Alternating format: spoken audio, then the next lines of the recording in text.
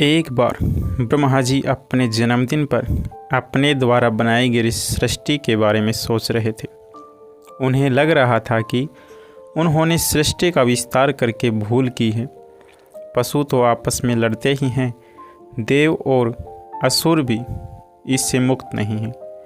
कई बार तो सुर और असुरों का युद्ध बहुत ही भयंकर होता है। वह इसी सोच में रहते थे कि किस प्रकार इन लोगों को सही पाठ पढ़ाया जाए। एक बार की बात है कि ब्रह्मा जी भगवान विष्णु का ध्यान कर रहे थे। उनका जन्मदिन निकट आ रहा था। वे चाहते थे कि अपना जन्मदिन वह भगवान के चिंतन भजन में मगन होकर मनाएं। आखिर उनका जन्मदिन आया। वह प्रातःकाल उठकर भजन पूजन करने लगे। भजन पूजन के बाद वह बैठकर संसार के बारे में सोच रहे थे। तभी उन्हें लगा कि चारों ओर से जय जयकार की ध्वनि आ रही है। उनके पुत्र नारद जी वीणा बजाते हुए और हरि नाम का गायन करते हुए आ पहुँचे। ब्रह्मा जी ने पूछा, वत्स नारद, यह कोलाहल कैसा? किसका स्वर सुनाई पड़ रहा है? लोग इधर ही बढ़े आ रहे हैं। ये कौन लोग हैं जो ब्रह्मलोक में धावा बोलने आ रहे हैं?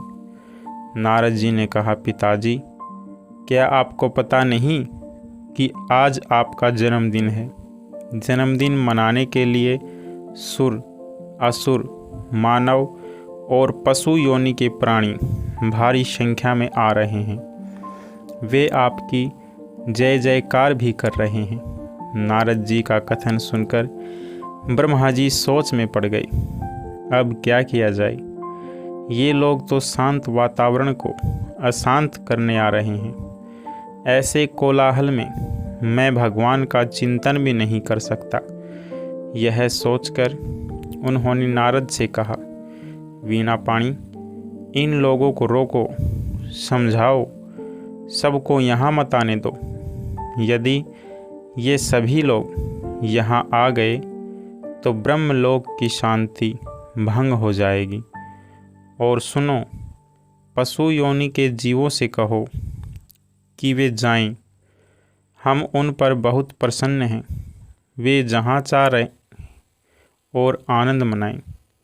सुर, असुर और मानव बुद्धिमान हैं, अच्छा बुरा समझते हैं, इसलिए उनके 5-5 लोगों को बुला लो। हाँ नारद, एक बात का ध्यान रखना कि सभी लोग एक साथ न आएं। अगर सभी प्रतिनिधि एक साथ आ गए तो परस्पर झगड़ने लगेंगे।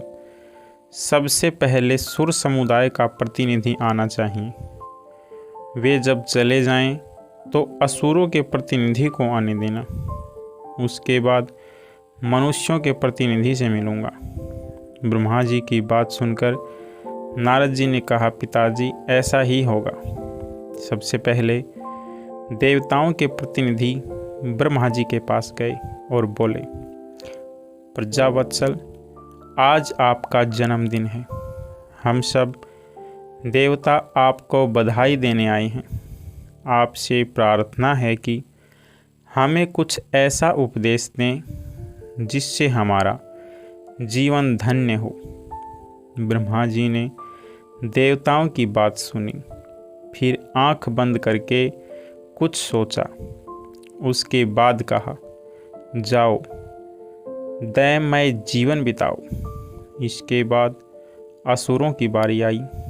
असुरों ने भी ब्रह्मा जी का गुणगान करके कहा, पितामह, हमें कुछ भी ऐसा आशीर्वाद दें कि हमारा कुल उन्नति करे, हम लोग सुख से रहें।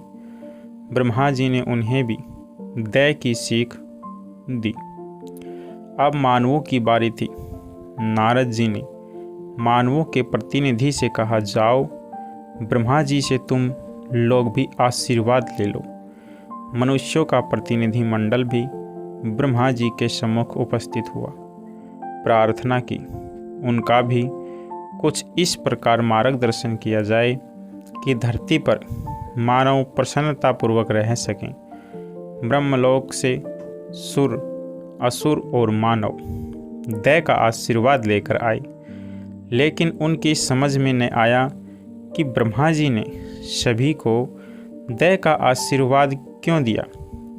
बल दे सकते थे, बुद्धि का आशीर्वाद दे सकते थे और संगठित होकर जीवन बिताने की समझ दे सकते थे। वे सब यह सोच ही रहे थे कि नारद जी वहाँ आ पहुँचे। सब लोगों ने अपनी शंका नारद जी के सामने रखी। कहा, देवर्षि, अब हमें क्या करना चाहिए। नारद जी ने देवताओं से कहा, परमात्मा ने तुम्हें योग्य बनाया है, सब प्रकार का सुख तुम्हें दिया है, इसलिए दर्प छोड़ो, अभिमान न करो। अब असुरों ने पूछा कि हमारे लिए क्या आज्ञा है।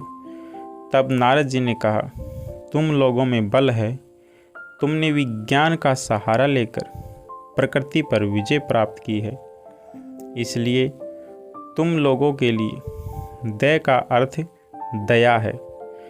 किसी को व्यर्थ न सताना, सब पर दया करना, सबको फूलने फलने का अवसर देना। अब बारी मनुष्यों की आई। नारद जी ने उन्हें कहा, ब्रह्मा जी का कहना है कि तुम लोग दानमय जीवन बिताओ, जो कुछ अर्जित करो उसमें से 10वां भाग किसी निर्धन, अपहाइज या समाज के उपेक्षित लोगों के लिए निकाल दो। अगर तुम्हारे पास पैसा है, बल है, तो लोगों की भलाई के लिए तालाब खुदवाओ, धर्मशाला बनवाओ, जहाँ पथिक विश्राम कर सकें।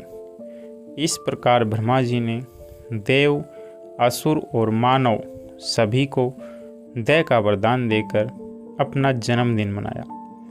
नमस्कार मेरे प्यारे दोस्तों, आपको यह कहानी कैसी लगी कृपया करके कमेंट बॉक्स में ज़रूर बताएं और अपने चैनल को सब्सक्राइब ज़रूर कर लें ताकि आने वाली कहानियाँ आप तक पहुँच सकें।